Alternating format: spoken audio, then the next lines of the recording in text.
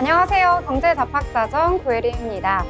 화요일도 잘 보내셨을까요? 날씨가 영하권으로 떨어지는 등 전국적인 날씨가 영하권에 들어서면서 겨울로 들어선 것 같습니다. 날씨는 춥지만 우리의 경제포트에는 온기가 들어서길 바라면서 오늘 밤도 두 분의 아나운서와 함께 경제 이야기 나눠보도록 하겠습니다. 여러분 안녕하세요. 안녕하세요.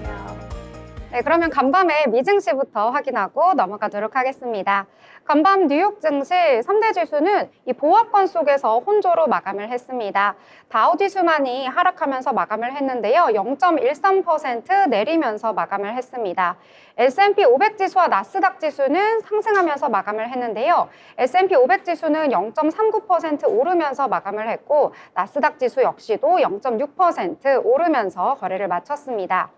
이 파월이 지난주 공개 발언에서 금리 인하를 서두를 필요가 없다고 밝히면서 이 통화 정책에 대한 불확실성이 커지고 있는 것으로 보이고 있는데요.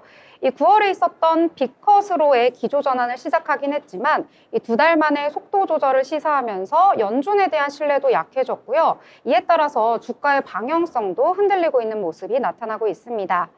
이 트럼프 당선인의 정권 인수위원회가요, 이 자율주행차 규제를 완화하는 방안을 연구 중이라는 소식이 전해지면서 이 어제는 기술주 중심의 랠리가 이어지는 모습이 나타났습니다. 더불어서 트럼프 열기가 꺾인 상황에서 시장을 움직일 재료가 없는 것으로 나타나고 있는데요. 이 밖에 전기차 기업 테슬라의 주가는 어제 급등을 하면서 마감을 했습니다. 5.6% 상승했는데요. 프리장에서부터 급등하는 모습 나오다가 정규장에서는 이 상승분 조금은 내줬지만 그래도 5%대 급등하면서 마감을 했습니다. 이에 반해 엔비디아 같은 경우에는요, 블랙웰에서 발열 문제를 겪고 있다는 보도가 나오면서 투심을 악화시켰는데요. 그래도 소폭 하락하면서 마감을 했습니다. 1.3% 내리면서 거래를 마쳤습니다. 엔비디아 같은 경우에는 이번 주에 3분기 실적 발표가 예정되어 있습니다. 20일에 예정이 되어 있고요. M7 기업 중에서는 애플과 알파벳, 그리고 메타, 마이크로소프트 모두 오르면서 거래를 마쳤습니다. 이번 주에는 경제 지표 발표 예정되어 있습니다. 20일에는 미국의 신규 실업수당 청구 건수가 발표 예정되어 있고요. 또 11월에 미국 제조업과 서비스 구매관리자 지수도 발표가 예정되어 있습니다. 또 연준 인사들의 발언도 예정이 되어 있는데요. 이 연준 인사들이 어떻게 현재 시장에 대해서 파악을 하고 이에 따라서 어떻게 생각하는지 그에 따라 금리 결정이 될 예정이기 때문에 12월에 있을 FOMC의 기준금리 결정에 대한 영향을 미치는 만큼 시장 투자자들의 시선이 모이고 있는 상황입니다. 자, 오늘 국내장 같은 경우에는요, 양대 시장 조금은 다른 온도차 속에서 흘러갔던 오늘 하루였습니다. 자, 그럼 오늘 장도 한번 이야기를 해보도록 할 텐데요. 자, 단영 아나운서는 오늘 장 어떻게 보셨을까요? 네, 오전에 장 시작할 때까지만 해도 어제의 웃음이 이어졌었는데 오후 들어서 보니 코스닥은 울상이더라고요. 어제 자사주 매입을 하기로 했던 삼성전자도 빠지고 또 어제 테슬라 질주로 인해서 LG 에너지 솔루션은 올랐지만 에코프로 형제는 조금 소폭 상승하는 모습 보였습니다. 코스닥은 제약주가 많이 빠졌더라고요. 네. 자, 그렇다면 오늘 장 어떤 테마 보셨을까요? 네, 오늘 장 저는 자율주행 관련주 가져와 봤는데요. 네, 간밤 미증시에서의 주인공이 테슬라였죠. 트럼프 팀이 자율주행차 최우선 과제로 허용을 삼으면서 테슬라가 5% 넘게 상승하는 모습 보였습니다.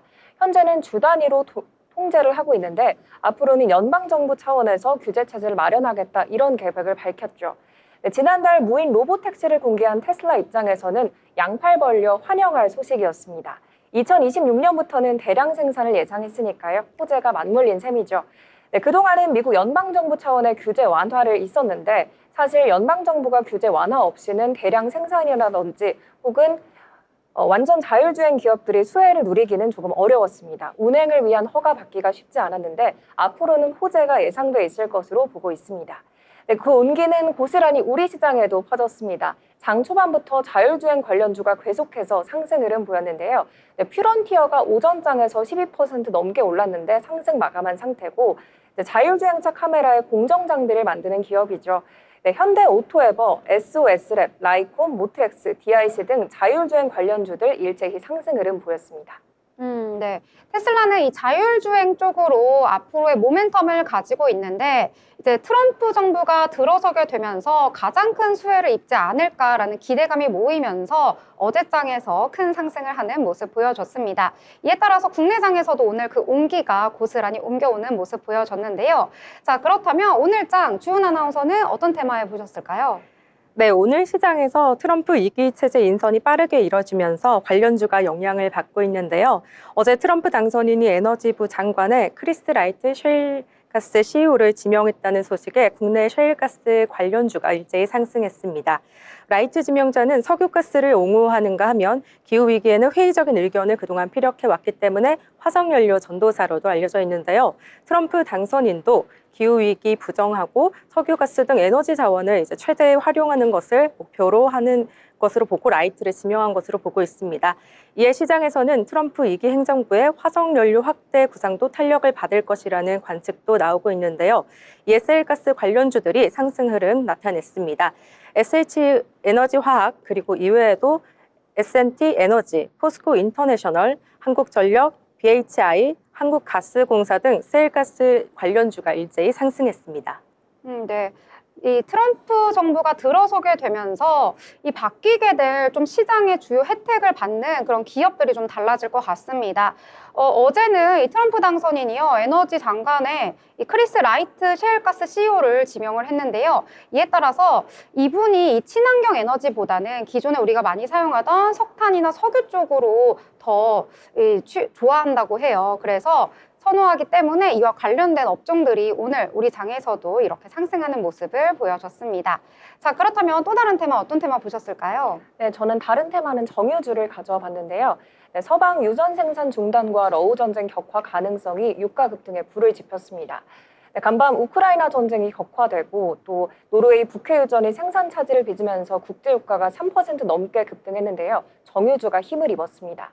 네, 노르웨이 원유업체인 웨키노르가 서유럽 최대 규모인 요한 스베르드로프 유전 생산을 정전으로 중단했다고 밝힌 영향이 컸습니다.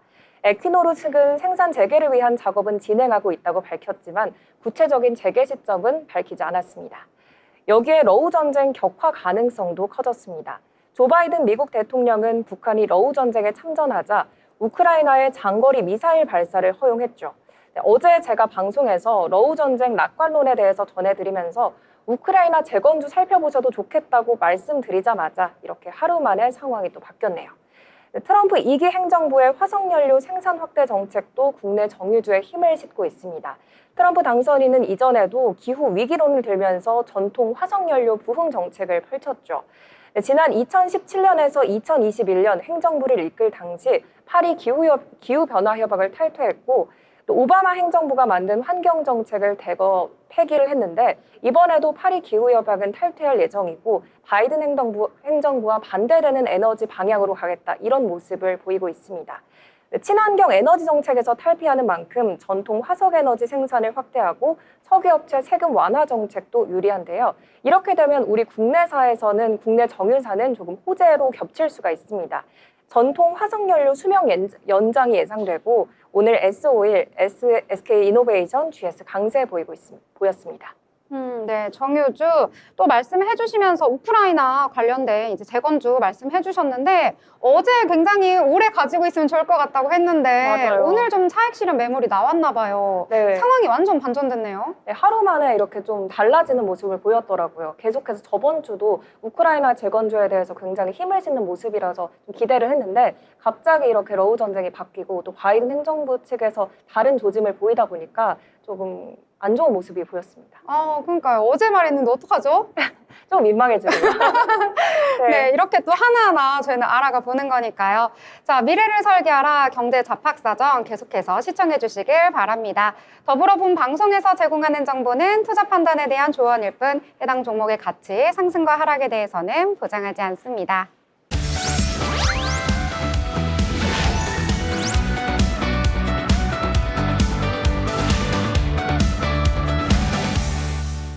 네, 이번 시간은 편지혜 기자와 함께 다양한 이슈에 대해서 짚어보는 모 이슈 시간입니다. 편지혜 기자 나오셨습니다. 어서 오세요. 네, 안녕하세요.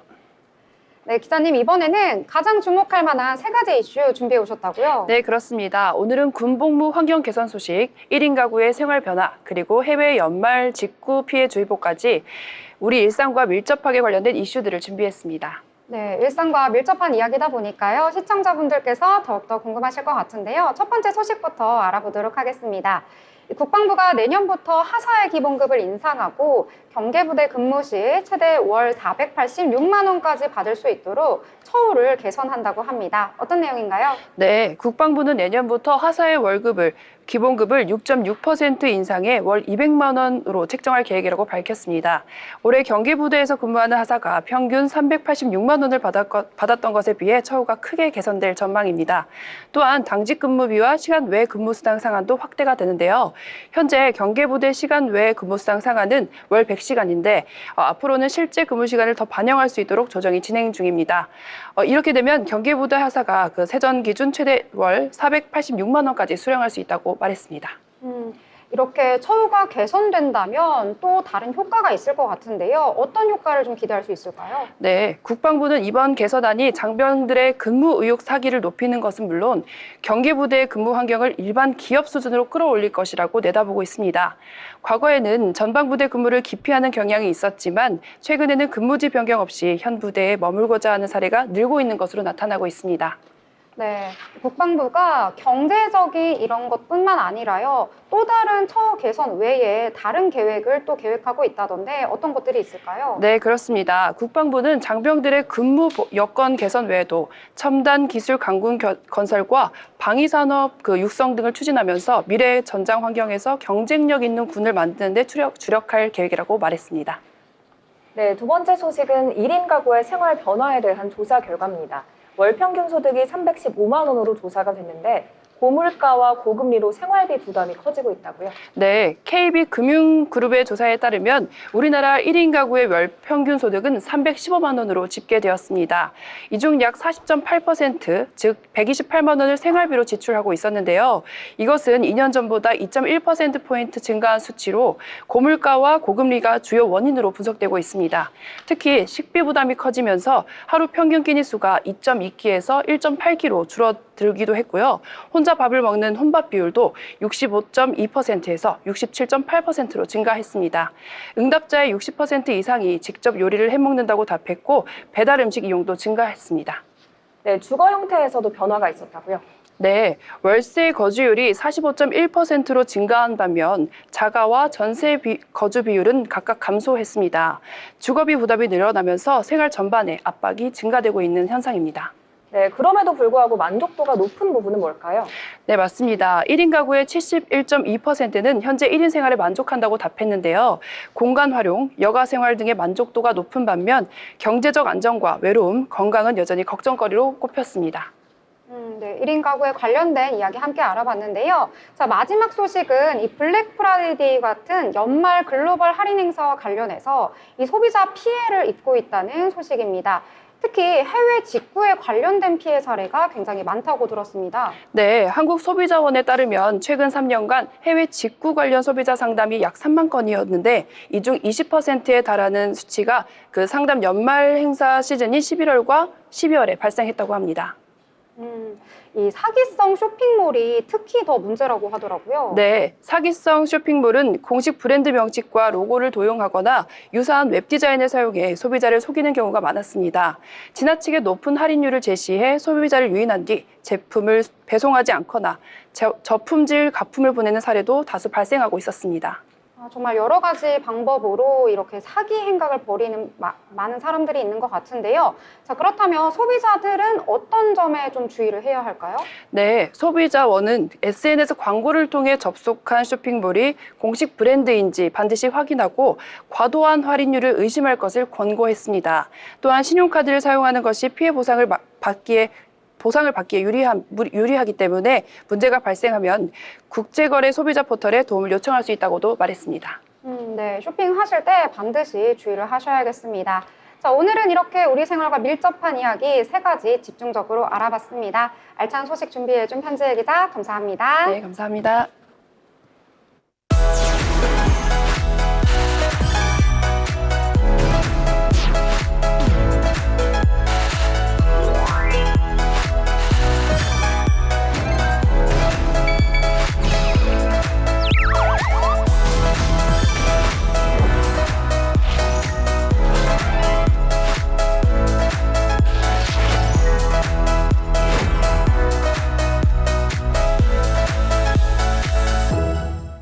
네, 이번 시간은 이재규 기자와 함께 다양한 건설, 부동산 이슈를 알아보는 마켓 트렌드 시간입니다. 이재규 기자 나오셨습니다. 어서 오세요. 네, 안녕하세요. 이재규입니다. 네, 그럼 첫 번째 소식부터 알아보도록 하겠습니다. 이 정부가 부동산 프로젝트 파이낸싱, 이 PF 제도의 구조적인 문제를 해결하기 위해서 이 방안을 지난 13일에 발표를 했습니다. 이 PF 시장의 구조적 취약점이 이 건설사와 금융기관의 연쇄적인 위험으로 이어지고 있는 건데요. 이를 개선하기 위해서 만들었다는 취지인데 어떤 내용일까요? 네, 지난 13일 정부 등 경제관계 장관 회의에서 부동산 PF 제도 개선 방안을 발표했습니다. 이번 방안의 핵심은 시행사 자기자본 비율을 현행 2에서 3%에 20%까지 높이겠다는 내용입니다. 2022년 춘천 레고랜드 사태 이후 PF 부실 위험 이슈가 된 지 약 2년 만에 개선된 발표 개선안입니다. 우리나라 부동산 PF 시장의 큰 문제는 영세 시행사의 낮은 자기자본 비율로 인해 초기부터 고금리 대출에 의존해야 한다는 것입니다. 대부분의 시행사는 전체 사업비의 2, 3%만 투입하고 나머지 비용은 고금리 브릿지론을 통해 자금을 조달합니다. 반면 미국과 일본에서는 시행사가 사업비의 30% 정도를 자기 자본으로 투자하는 구조를 갖추고 있습니다. 그렇군요. 이 정부는 이 문제를 해결하기 위해서 토지 소유주의 참여를 유도하기도 하고요. 또 세제 혜택을 제공하는 방안을 제시했다고 하는데 구체적으로 어떤 내용일까요? 네, 정부는 토지 소유주가 땅을 현물로 출자해 시행사의 자기 자본을 늘리는 방안을 제안했습니다. 미국에서 활용하고 있는 엄리츠와 같은 방식인데요. 이렇게 참여한 토지 소유주에게는 사업 완공이 되고 수익이 발생할 때까지 세금 납부를 유예해주는 인센티브를 제공합니다. 국토부는 이를 통해 고금리 브릿지론을 줄여 분양가 하락도 기대할 수 있을 것으로 보고 있습니다. 또한 자기자본 비율이 높은 시행사에 대해선 PF 대출을 더욱 원활히 받을 수 있도록 금융사의 대손 충당금 적립 방식을 변경하겠다고 밝혔습니다. 그런데 이 정부가 이번에 내놓은 개선안에 대해서 그래도 좀 아쉽다라고 하는 그러한 부분도 있다고 하더라고요. 네, 전문가들은 이번 개선안이 영세한 시행사의 근본적인 문제를 해결하는 데 한계가 있다고 지적합니다. 특히 자본력이 약한 시행사가 재무적 투자자를 구하기 어려운 현실은 크게 바뀌지 않고 있다고 비판하였습니다. 정부는 내년 1분기까지 시행사의 낮은 자본력으로 인한 건설사의 과도한 보증 문제를 해소할 방안을 추가로 발표하겠다고 밝혔습니다. 네, 그런데 일각에서는 이번 조치로 인해서 이 대형 시행사와 또 영세 시행사 간의 이 양극화가 더 심화될 수도 있다 이런 우려도 나오고 있고요. 또 자본력이 약한 영세 시행사의 경우에는 높은 진입 장벽으로 좀 부정적으로 영향을 미칠 수 있다 이러한 이야기도 나온다고 하더라고요. 네, 맞습니다. 영세 시행사는 자기 자본 비율이 오르면서 시행사업에 진입하지 못하는 상황이 생길 수도 있고 이로 인해 주택 공급이 감소하고 가격 상승이 초래될 가능성과 함께 영세 시행사들이 변화에 적응할 수 있도록 단계적인 시행과 함께 추가적인 지원책이 필요하다고 전문가가 언급했습니다. 네, 이 정부의 내년 1분기 추가 개선안을 어떻게 내놓을지 기대를 해보면서 이번 개선안이 부동산 PF 시장에 어떠한 영향을 미칠지도 계속해서 지켜봐야겠습니다. 네, 다음 소식은 올해 4분기 전국적으로 약 8만 가구의 분양이 예정되면서 수요자들의 관심이 집중되고 있습니다. 특히 수도권과 주요 도시를 중심으로 다양한 규모의 단지를 선보일 예정인데요. 각 지역별 주요 분양 단지와 입지 여건에 대한 소식 전해주시죠. 네, 올해 4분기에는 전국적으로 약 8만 381가구가 분양될 예정으로 지난 1, 3분기 평균보다 많은 물량입니다. 그중 수도권에서만 약 4만 78가구가 집중되며 신규 단지가 공급될 예정입니다. 우선 수도권에서는 인천의 뒷땡건설과 대땡건설이 인천 하객동과 동인천 인근에서 분양을 선보일 예정입니다. 그리고 서울 강서구 등촌동에서 현땡건설에서 분양을 선보일 예정입니다. 네, 그럼 분양가는 어떻게 나와 있을까요? 네, 아직 분양가는 나와 있지 않는 상태이며 모집 공고가 나오는 날 정확히 분양가액이 나올 것 같은데요. 주변 시세를 비교해 봤을 때 서울 강서구 등촌동 같은 경우는 평균 분양가 4천만 원대에 형성될 것 같고요. 인천에서 분양하는 두 곳 같은 경우는 한 1,600에서 1,700만 원 선으로 평당 분양가가 그렇게 형성될 것 같습니다. 네, 대형 평형보다 요즘은 중소형 평형이 인기가 많아서 평형 타입은 어떻게 나누어져 있을지 궁금합니다. 네, 중소형 평형 타입으로 이 세 곳 모두 그렇게 나올 계획인데요. 59, 74, 84 제곱미터 타입으로 나올 것 같습니다. 네, 여러 개발 사업과 또 교통 인프라 확대로 각 지역 분양 단지에 대한 기대도 쏠려 있는 만큼 이번 시즌 어떤 단지가 주목받을지 봐야 할 것 같습니다.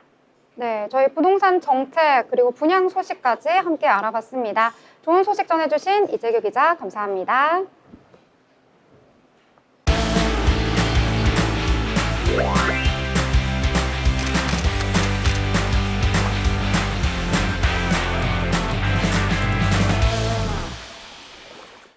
이번 시간은 전국의 축제, 맛집, 핫플을 알아가는 시간이죠. 어디 갈까 시간입니다. 자, 오늘은 어디로 떠나볼까요? 정혜린 아나운서와 함께 하도록 하겠습니다. 안녕하세요. 안녕하세요. 네, 날씨가 너무 추워졌습니다. 정말 겨울이 온 것 같은데요. 자, 예린 아나운서, 오늘은 어디로 가볼까요? 네, 요즘 날씨가 확 추워졌는데요. 이미 날씨만 보면 겨울이 다가왔나? 라는 생각이 들 정도입니다. 그래서 제가 겨울과 관련된 축제를 하나 소개해 볼까 합니다. 겨울을 따뜻하고 아름답게 만들어줄 바로 그 축제, 서울 비추렁 축제입니다. 서울 비추렁 축제는요, 2009년부터 매년 개최되고 있는 서울의 대표적인 겨울 축제입니다. 그러다 보니까 알고 계신 분들이 굉장히 많으실 것 같은데 혹시 혜림 아나운서랑 단영 아나운서 가보신 적 있으신가요? 저는 안 가봤어요. 그래서 아. 너무 오늘 기대하고 잘 들으려고 준비하고 있습니다. 네. 저는 몇 년 전에 갔는데요. 네. 너무 오래돼가지고 또 어. 업데이트돼 있는 내용 어떤 게 있나 좀 궁금하더라고요. 네, 예, 업데이트된 게 굉장히 많다고도 하는데요. 저도 사실은 2번 정도 가본 적이 있습니다. 뭐 작년이랑 3년 전 그쯤에 갔던 것 같은데요. 그때도 굉장히 좋았던 기억으로 남아 있습니다. 올해 같은 경우에는요, 서울 랜턴, 서울 빛을 놀이하다라는 주제로 축제가 진행된다고 합니다. 네, 아무래도 매년 진행됐던 축제라서 기대가 되는데 오늘은 어떤 점을 주목해보면 좋을까요? 네, 즐길 거리가 굉장히 많은 이 축제의 매력 포인트를 알아보도록 하겠습니다.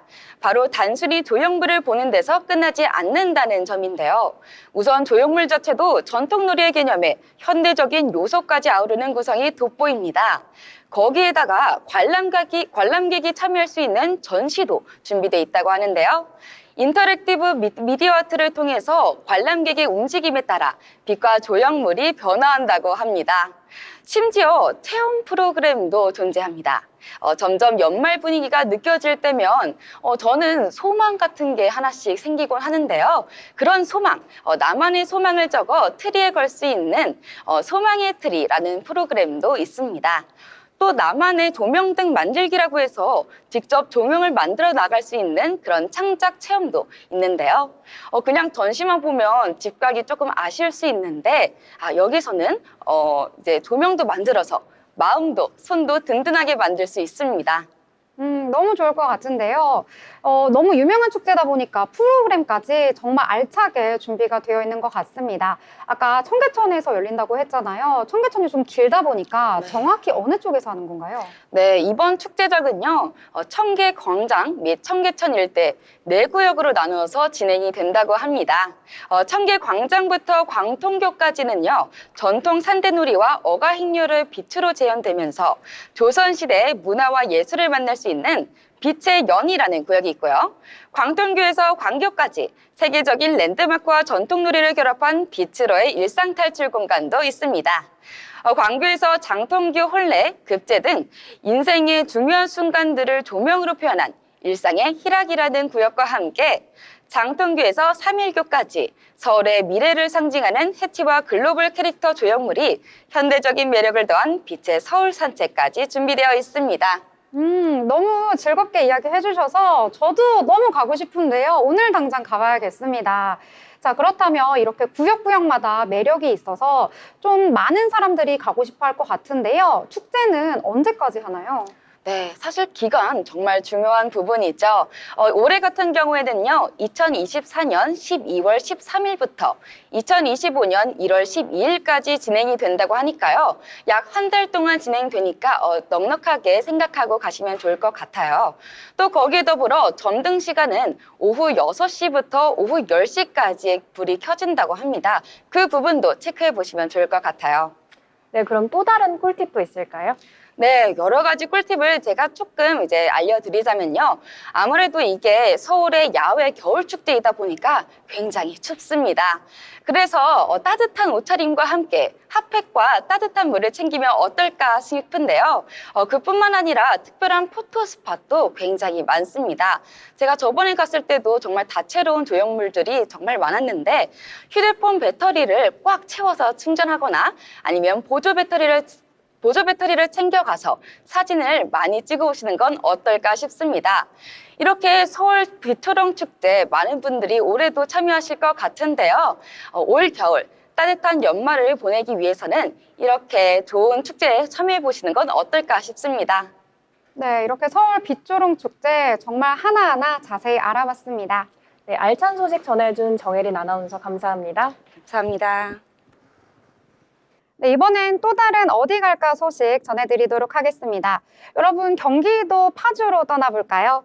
제28회 파주 장단콩 축제가 11월 20일 금요일부터 24일 일요일까지 경기도 파주 임진각 광장 및 평화누리 일원에서 열립니다. 입장료는 무료니까요. 꼭 한번 방문해 보시길 바랍니다.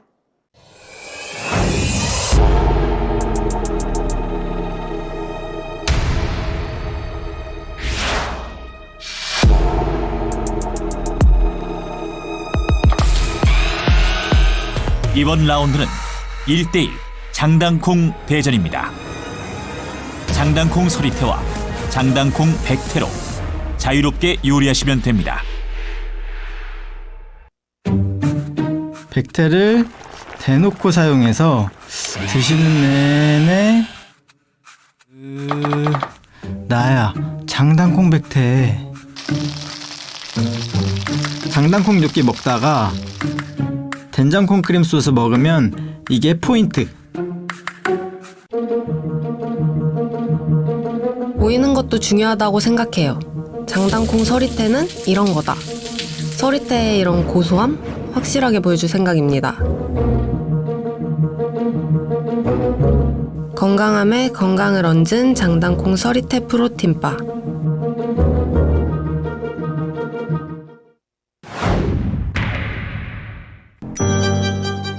1번 요리부터 시식하겠습니다. 코에다 한번 내주세요. 오, 된장향 아니에요? 너무 맛있는데? 또 없어요?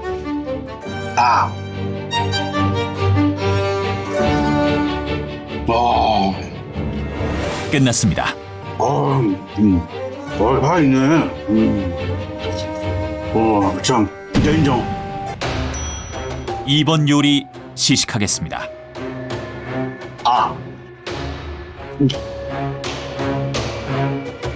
뭐야? 이거 뭐야? 이거 파스타 아니요? 참 놀리는 재주가 있네. 잘 속였다. 통했다. 1대1 장단콩 대전. 승자는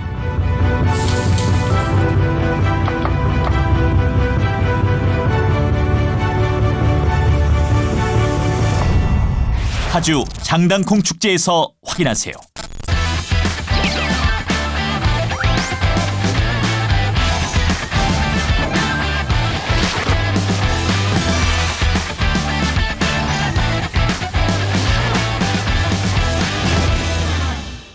네, 이번 시간은 돈을 잘 벌고 싶은, 고수가 되고 싶은 아나운서들이 모여서 주식 이야기, 경제 이야기 나눠보는 시간입니다. 돈의 맛 시간인데요. 오늘 장 어떻게 마무리가 되었을지 먼저 확인하고 넘어가 보도록 하겠습니다. 자, 주은 아나운서, 오늘 장 어떻게 끝이 났나요? 네, 오늘 간밤 뉴욕 증시가 혼조로 마감했고요. 테슬라는 다시금 오르는 모습이었고 이 자율주행 규제가 완화될 것으로 기대가 모아진 상황이었습니다. 어제 국내 증시 전반적으로 이 삼성전자를 필두로 해서 삼성전자 그룹주가 강세를 나타내면서 코스피 상승을 이끄는 모습이었는데요. 그럼 오늘 시장은 어떤 흐름 보여주는지 지수부터 체크해 보겠습니다. 코스피는 보합권으로 출발했는데요. 장중 저점 0.16% 내려왔다가 2,471포인트에 마감했습니다. 네, 코스닥도 오늘 보합권으로 출발해서 장중 저점 682포인트까지 내려왔다가 686포인트로 마감했습니다. 수급 상황 살펴보겠습니다. 코스피 유가증권에서는 개인과 외국인이 매도했습니다.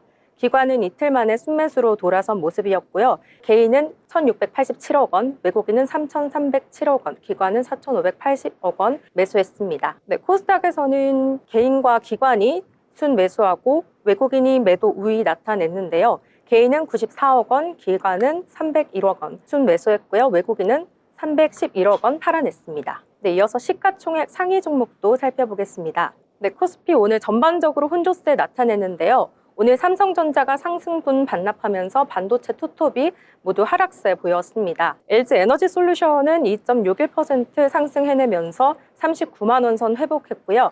삼성바이오로직스는 보합권에서 91만 9천 원 마감했습니다. 현대차는 약보합권에서 21만 5천 원대로 마감했고요. 삼성전자 우선주 1.23% 내림세 보여주면서 48,200원대 마감했습니다. 네, 셀트리온 보합권에서 마감했고요. 네이버 오늘 7거래 연속 상승하면서 19만 3천 원대로 마감했습니다. 이어서 코스닥 시가총액 상위 종목도 살펴보겠습니다. 오늘은 전반적으로 상승하는 종목이 우세한 상황이었는데요. 오늘 바이오주가 전반적인 약세 흐름 보여줬습니다. 알테오젠 7.73% 내림세 보이면서 37만 6천 원대로 마감했고요. LCLB 9.99% 하락하면서 7만 3천 원대 마감했습니다. 에코프로비엠 보합권에서 12만 8천 원대 기록했고요. 리가캠 바이오가 5%, 6% 가까이 밀려나면서 16만 300원에 마감했습니다. 6위에서 9위까지 보시면요. 클래시스는 4.17% 오름세 보이면서 46,200원 마감했고요. 레인보우 로보틱스는 보합권에서 11만 1,300원으로 마감했습니다. 삼천당 제약은 2.01% 내림세 보여주면서 11만 2천 원대로 마감했습니다. 네, 이렇게 오늘 시황 살펴봤습니다. 네, 오늘 시장 좀 지지부진했다 이렇게 말할 수 있을 것 같습니다. 코스피는 그래도 상승을 해주면서 마감을 했는데요. 전일 대비 0.12% 상승하면서 2,471선에서 거래를 마쳤습니다. 오늘장 그러면 그래도 조금 좋다라고 생각을 했는데 상승분 일부 반납하면서 거래를 마친 모습 나타났고요. 코스닥 같은 경우에는 전일 대비 0.5% 하락하면서 686선에서 거래를 마쳤습니다. 계속해서 저점 라인까지 내려가다가 그래도 장 막판에 조금은 회복하면서 거래를 마쳤는데요. 그래도 약보합으로 마감하면서 686선에서 거래를 마쳤다는 거 좀 아쉬운 부분이 아닐까 싶습니다. 오늘 장 같은 경우에는 매크로 이슈가 많지 않은 가운데 좀 지수 변동폭은 크지는 않았습니다. 하지만 업종별로 이슈가 있는 업종 위주로만 상승했던 장이었다 이렇게 보실 수가 있겠고요. 특히 우리 장에서 오늘 이 반도체 투톱이죠. 삼성전자와 SK하이닉스 또 하락을 하면서 거래를 마쳤습니다. 각각 0.71%, 0.64% 하락하면서 지수의 하방 압력을 가해주는 모습이 나타났고요. 코스닥 같은 경우에는 시총 1위 기업인 알테오젠이 무려 7%대 하락을 했고요. 어제 굉장히 상승폭이 컸던 HLB 같은 경우에는 오늘 9.99%, 거의 10% 가까이 떨어지면서 좀 지수에 악영향을 미쳤다 이렇게 보실 수가 있겠습니다. 오늘장 좀 박스권으로 진입을 한 걸까요? 계속해서 지지부진한 모습 나타났는데요. 자, 그러면 오늘장 어떤 테마를 주목해 보셨을까요? 네, 저는 바이오주에 주목을 해봤는데요. 네, 도널드 트럼프 미국 대통령 당선인의 두 번째 취임 시기를 앞두고 국내 제약바이오 기업의 기대감이 커지고 있습니다. 미국 의회가 추진 중인 생물보안법이 연내 통과할 가능성이 커졌는데요. 여기에 도널드 트럼프 대통령 당선인의 보호무역 기조까지 힘을 싣고 있습니다. 바이오 의약품 공급망에 상당한 변화가 예상되기 때문인데 국내 기업들은 미중 패권 전쟁 속에서 반사 이익을 얻기 위해서 노력하고 있습니다. 바이오 의약품 위탁 개발 시장 공략을 서두르고 있습니다. 네, 생물보안법을 조금 더 설명을 드리면 미국 연방기관과 기업 그리고 중국 바이오 기업 간의 거래를 제한하는 내용을 담고 있습니다. 우시바이오로직스, 우시앱텍, BGI 등 중국의 대표 바이오 기업이 규제 대상 기업인데 이들과 거래 중인 미국 기업들은 현재 협업할 대상을 찾기 위해서 굉장히 분주한 모습을 보이고 있습니다. 국내에서는 삼성바이오로직스가 글로벌 CDMO 시장 선두권으로 부상했는데 롯데바이오로직스, 동아소시오그룹의 ST팜 등이 수주전에 한창이니까요. 함께 살펴보셔도 되겠습니다. 네, 삼성바이오로직스는 91만 9천 원에 오늘 상승 마감했습니다. 네, 여기에 바이오 소부장주까지 수혜를 입을 것으로 보이는데요. 네, 삼성바이오로직스와 셀트리온, 삼성바이오에피스 등 이들 매출이 중국 매출을 추월한 상태입니다. 한국이 세계적인 바이오의약품 소부장 시장으로 급부상하고 있다, 이런 모습을 보이고 있습니다. 한 글로벌 소부장 업체 관계자는 지난해부터 한국 매출이 중국 매출을 뛰어넘기 시작했다, 이렇게 분석을 했는데요. 한국이 싱가포르와 중국을 제치고 핵심 시장으로 떠오르고 있다, 이렇게 밝히기도 했습니다. 네, 매출뿐 아니라 환경이 잘 조성되어 있는 점도 장점으로 꼽히는데요. 글로벌 소부장 기업들이 한국 시장에 공을 들이는 이유도 이 때문입니다. 일단 인천 송도가 굉장히 잘 조성이 되어 있는데 세계 최대 바이오의약품 생산기지인 데다가 성장률도 가장 높기 때문입니다. 여기에 또 탄탄한 기업들도 많죠. 네, 세계 최대 생산 규모의 바이오의약품 위탁 생산 개발 기업인 삼성바이오로직스가 있고요. 또 세계 선두급 바이오시밀러 회사인 셀트리온과 삼성바이오에피스, 백신 회사 등 소부장 수요도 탄탄한 점도 매력입니다. 또한 롯데바이오로직스와 셀트리온 공장이 준공이 되면 한국의 CDMO 초격차 경쟁력은 당분간 계속될 전망입니다. 네, 이렇게 바이오에 대해서도 한번 이야기해 주셨는데요. 자, 그러면 오늘 장 또 다른 테마 한번 이야기해 보도록 하겠습니다. 자, 오늘 장에서 어떤 테마 보셨을까요? 저는 오늘 특징 테마 의료 AI 주목해 봤는데요. 이슈에 따라서 의료 AI 관련주들 움직임이 보였습니다. 루닛이 글로벌 제약사 아스트라제네카와 공동 개발 계획을 체결한다는 소식에 들었는데요. 루닛이 오늘도 강세를 이어가면서 장중 고점을 불기둥을 세웠는데요. 지금 66,900원까지 상승했습니다. 루닛은 1조 7천억 원 시총을 기록하고 있는데요. 3분기 실적은 1,000억도 안 되는데 시장에서 좋게 보는 이유는 과거 유방암 특화 AI 플랫폼 볼파라 기업을 인수하면서 3분기 흑자를 보일 것이라는 전망이 있었는데요. 이 볼파라를 인수하면서 세계 최대 의료 시장인 미국에서 매출을 본격적으로 올렸습니다. 또 국내 의료 인공지능 기업들이 로슈 진단에 디지털 병리 플랫폼의 자사 AI 솔루션을 통합하는 협업을 하겠다고 했는데 거기에 8기업이 입찰을 했고 최종 8기업이 선정됐습니다. 거기서 루닛이 얼마나 점유율을 가져올지가 미지수였는데 최근에 또 이렇게 아스트라제네카와 1대1 협업을 한다는 소식에 루닛이 8개 기업보다 단독적으로 가져오는 점유율 자체가 클 것이라고 시장이 긍정적으로 봤습니다. 네, 그래서 오늘 4거래 연속 상승 행진 이어갔습니다. 네, 이렇게 어제도 좀 상승을 했고요. 4거래일 연속해서 상승을 하고 있기 때문에 장 마감 후에 이제 공시가 나왔습니다. 이 단기 과열 종목으로 지정을 한다, 이런 예고가 나왔기 때문에 여러분들 투자하실 때 같이 참고하면 좋을 것 같습니다. 자, 그러면 오늘 장에서 저는 또 일론 머스크와 관련된 내용 한번 봤는데요. 자, 여러분들 계속 저희가 전해드렸었는데 이 스타쉽에 대한 이야기 계속해드렸습니다. 그런데 이 스타쉽 발사 6차를 앞두고 있는 상황 속에서 트럼프 당선인이 현장에 방문할 것이라는 그러한 소식이 전해졌습니다. 이 텍사스주에서 진행되는 스타쉽의 6번째 시험 비행 발사가 예정되어 있는데요. 여기에 트럼프 당선인이 올 것이라고 예정이 되면서 관련주들이 오늘 들썩이는 모습을 보였습니다. 이 스타쉽 같은 경우에는요, 이 달과 화성을 탐사하기 위한 목표로 개발한 우주선인데요. 이번에 시험 비행을 하는 스타쉽은 가장 크고 또 강력한 로켓으로 알려져 있습니다. 특히 지난번 10월에 5차 시험 비행 때처럼 거대한 로켓 부스터가 다시 발사대로 돌아와서 이 젓가락 형태로 된 로봇팔에 안기듯이 착륙하는 장면이 다시 연출될 것으로 전해졌는데요. 이것이 여러분들은 좀 생소하실지 모르겠는데 이 로켓이 다시 돌아와서 원래는 그냥 바닷속으로 퐁당하고 빠진다고 해요. 그런데 이번에 이 트럼프 대통령이 방문을 했을 때는요, 지난번 5차와 마찬가지로 이 슈퍼헤비 추진체가요, 다시금 원래 자리로 돌아오는 모습을 보일 것이라고 합니다.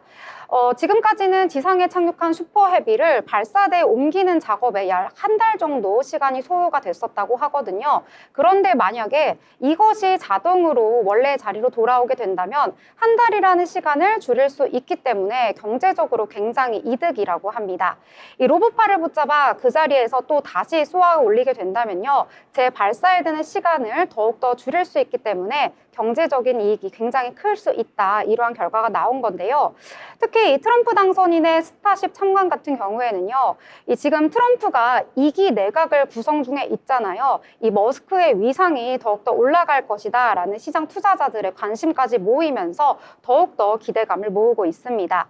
그래서인지 오늘장에서 우리는 이 AP 위성 오늘 강한 상승 보여줬는데요. 오전 9시 45분에는 VI가 발동되기도 했고요. 장 막판 가면서 상승폭을 조금 내주면서 1%대 소폭 상승하면서 마감하는 모습 보여줬습니다. 또 이수페타시스 같은 경우에는 5거래일째 계속해서 하락하는 모습 보이다가 오늘 반등에 성공하는 모습을 보여줬고요. SFA라든지 인텔리안테크도 소폭 상승하는 모습 보여줬습니다. 자, 그렇다면 저희 또 다른 테마 한번 알아보려고 하는데요. 오늘 장에서 어떤 테마 보셨을까요? 네, 저 두 번째 테마는 엔터주 가져와 봤는데요. 네, 드디어 내년에 BTS와 블랙핑크의 컴백이 예고돼 있습니다. 이미 블랙핑크는 활발한 개인 활동도 하고 있죠. 제니는 만트라, 또 로제는 아파트로 굉장한 사랑을 받고 있는데요. 그래도 완전체의 모습을 기다리고 있는 팬분들도 많으시죠. 증권가에서는 최선호주로 하이브, 차선호주로는 SM을 들고 있습니다. 네, 하이브 먼저 보겠습니다. 21만 6천 원으로 상승 마감했네요. 네, 또한 올해 엔터테인먼트 사업이 지난 4월 하이브 어도어 사태를 시작으로 이슈가 계속해서 발생을 했고 10년 이상 성장해오던 음반 판매량도 꺾이기 시작했는데 다만 최근 내년 성장 기대감이 생기면서 주가 회복세가 보인다는 의견이 나왔습니다. 또한 두 그룹의 합산 유튜브 구독자 수가 1억 7천만 명인데요. 컴백 앨범뿐만이 아니라 K-팝 전체에 대한 관심도가 확대되는 효과까지 볼 수 있겠습니다. 그러면서 하이브와 SM, JYP 엔터테인먼트, YG 엔터테인먼트 등 주요 4개의 엔터사의 내년 평균 매출이 올해보다 31% 증가하고 영업이익도 93% 늘 거라는 전망도 나왔습니다. 네, 여기에 실적도 좋은데요. JYP 엔터테인먼트의 실적이 굉장히 좋습니다. 예를 들면 11월 13일에 시장 전망치를 웃돈 호실적을 발표했습니다. SM과 YG 엔터테인먼트 등 다른 엔터주들도 또 실적 기대감을 타고 목표 주가를 상승한 상태고요. 주가가 동반 상승세를 탔는데 증권가에서는 엔터업계의 목표 주가를 일제히 상향 조정하기도 했습니다. 이렇게 시장 전체에 본 후풍은 계속해서 이어질 것으로 예상되고 있습니다.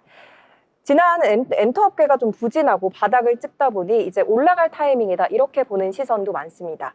또한 엔터주는 미국 대통령 선거 이후 관세 인상 등 이런 쪽에서 조금 벗어난 것으로 보니까 상대적으로 자유롭다 이렇게 설명드릴 수도 있겠습니다. 문화 수출에는 관세 장벽이 없으니까요. 한번 관심 가져보시는 것도 좋겠습니다. 엔터주 이제 바닥을 찍었다라는 이야기가 나오면서 이 최저 주가에서 좀 많이 상승하는 모습을 보여주더라고요. 혹시 좀 관심 있는 엔터주 개인적으로 어떤 게 있을까요? 저는 앞으로 YG 엔터테인먼트도 괜찮을 것 같고요. 또 지금 GD가 굉장한 활발한 모습을 보여주고 있기 때문에 저는 좀 대형주들 살펴보면 어떨까 이런 생각을 해봤습니다. 그 중에서도 혹시 하나 꼽자면 어떤 게 있을까요? 저는 YG 엔터테인먼트를 생각했지만 앞으로 실적이 또 힘이 되긴 하니까요. JYP 엔터테인먼트도 좋을 것 같습니다. 아이돌 좀 좋아하세요? 저 요즘 아이돌은 잘 모르고 예전 아이돌들은 그래도 많이 좋아했습니다. 저도 요즘 아이돌, 옛날 아이돌 가릴 것 없이 다 좋아하는데 혹시 아이돌 좀 좋아하세요? 저도 아이돌 좋아하는데요. 네, 저는 그래서 이제 아파트 자주 듣고 있어요. 아, 그렇군요. 아파트. 그럼 좀 YG 엔터테인먼트를 주목하겠구나라는 생각이 좀 드네요. 자, 그러면 오늘장 좀 자율주행 테마가 하루 종일 이야기가 나왔던 것 같은데요. 저희가 오프닝에서도 말씀을 드렸는데 또 추가적으로 알아보셨다고요? 네, 자율주행 관련해서 이제 개별 종목으로 제가 들고 왔는데요. 이 국내 자율주행 관련주도 푼폭으로 상승했습니다. 네, SOS랩 퓨런티어, LH 만도, 그리고 스마트 레이더 시스템, 라이폼 등이 상승했는데요. 특히 오늘은 퓨런티어가 강세를 보였습니다. 오늘장 최고 31,750원을 기록했는데요. 이 자율주행 종목 중 프론티어는 카메라 모듈주인데요. 이 테슬라의 자율주행은 카메라 모듈주이고 웨이모의 자율주행은 레이더와 라이더 센서 위주입니다. 그래서 같이 움직이는데 조금 더 기술 우위 상용화적인 것을 보자면 테슬라 자율주행인 이 카메라 모듈주 프론티어가 오늘 주가가 들썩이는 모습이었습니다. 네. 저는 또 의료 AI 쪽으로도 오늘 시장에서 이슈가 있어서 한번 봤는데요. 또 일론 머스크입니다. 정말 우리 시장에서 계속해서 좀 시장의 주가를 움직이는 재료를 던지고 있는데요. 일론 머스크 CEO가 X에 올린 글에서 이제 AI의 능력이 점점점 커지고 있기 때문에 이 전문적인 의사를 대체할 수 있을 것이다. 이런 내용을 좀 게시를 했다고 합니다. 이 머스크 같은 경우에는요. 이제는 AI가 의사를 대체할 것이기 때문에 이러한 의료와 관련된 정보들도 현재 수집을 하고 있다고 합니다. 실제로 이 일론 머스크가 가지고 있는 소셜미디어 X에서는요. X 사용자들을 대상으로 최근 몇 주에 걸쳐서 엑스레이 사진도 수집을 했고요. MRI 자료, CT 사진 등 이 개인적인 의료 정보를 수집하고 있다고 합니다. 이 수집된 자료를 바탕으로 앞으로 머지않아 올 이 로봇과 AI가 결합된 세상에서 의사를 대체하겠다 이런 의견을 밝힌 건데요. 그래서 개인 의료 정보를 기록하고 있다라고 했다고 합니다. 자, 이에 더해서 이와 관련한 종목들이 움직였는데요. 이 셀바스 헬스케어 같은 경우에는 오늘 상한가를 찍고 내려앉은 모습 보였는데 그래도 급등하면서 마감을 했고요. 딥노이드 같은 경우에는 일주일 동안 무려 39%나 상승을 했습니다. 6일 연속해서 순매수하는 기관의 모습을 보여줬고요. 또 뷰노 같은 경우에는 이에 더해서 개별적인 이슈까지 함께 나타났습니다. 이 흉부 엑스레이 기술이 미국에서 허가를 받았다는 개별 이슈가 더해지면서 오늘 이 의료 AI 전반적으로 강했다 이렇게 볼 수가 있겠습니다. 자, 그러면 저희 또 다른 테마 한번 이야기해 보려고 하는데요. 짧게 한번 알아볼까요? 네, 저 다음은 조선주 가져봤습니다. 네, 도널드 트럼프 미국 대통령 당선인이 윤 대통령과의 첫 통화에서 선박을 언급했습니다. 미국 선박에 한국 선박에 도움이 필요하다 이렇게 밝히면서 트럼프 수혜주로 선박주가 떠오르기도 했는데요. 하지만 올랐다가 잠시 주춤하는 모습도 보였지만 다시 힘을 받는 모습입니다. 하나오션은 시간의 거래에서 급등하는 모습도 보였습니다. 트럼프 통화에 주목을 받은 것도 있지만 그래도 진짜 기회를 잡으려면 준비된 자만이 잡을 수 있잖아요. 오늘은 그 탄탄한 준비에 대해서 상승세가 이어질 수밖에 없는 세 가지 이유 짚어드리겠습니다. 바로 고부가 가치 선박과 실적 그리고 수주입니다. 현재 조선사들은 고부가 가치 선박 위주로 주문을 받고 있습니다. 증권사에서는 내년부터 국내 조선사의 실적 성장세가 본격화될 것으로 기대한다 이렇게 밝혔는데요. 그 이유로 고부가 가치 선종 건조 비중 확대와 후판 가격 등 비용 하향 등을 꼽았습니다. 전망도 좋은데 실적도 뒷받침됐습니다. 국내 3사 조선 3사의 올해 3분기 누적 영업이익이 HD 한국조선해양, 한화오션 그리고 삼성중공업 모두 흑자를 내면서 실적이 굉장히 좋았습니다. 제가 HD 한국조선해양 봤는데요. 19만 9,200원으로 상승 마감한 상태 보였습니다. 네, 이유도 역시 액화 천연가스 운반선 등 고수익 선종비중 확대 등을 꼽았고요. 이들은 내년에도 평균 성과 상승 등으로 매출과 영업이익이 더욱 상승할 것으로 내다봤습니다. 여기에 수주 금액도 이미 목표 달성을 마친 상태고 조선 계열사 3사도 모두 수주 목표를 넘으면서 긍정적인 전망을 바라보고 있습니다. 네, 이렇게 조선주까지 함께 알아봤습니다. 오늘장 너무 지지부진하게 움직여서요. 도대체 시장은 어디로 갈지 좀 방향을 잡기가 어려우셨을 것 같습니다. 저희와 함께 하시면서 앞으로의 미래 전략도 세우시길 바라겠습니다. 더불어 본 방송에서 제공하는 정보는 투자 판단에 대한 조언일 뿐 해당 종목의 가치, 상승과 하락에 대해서는 보장하지 않습니다.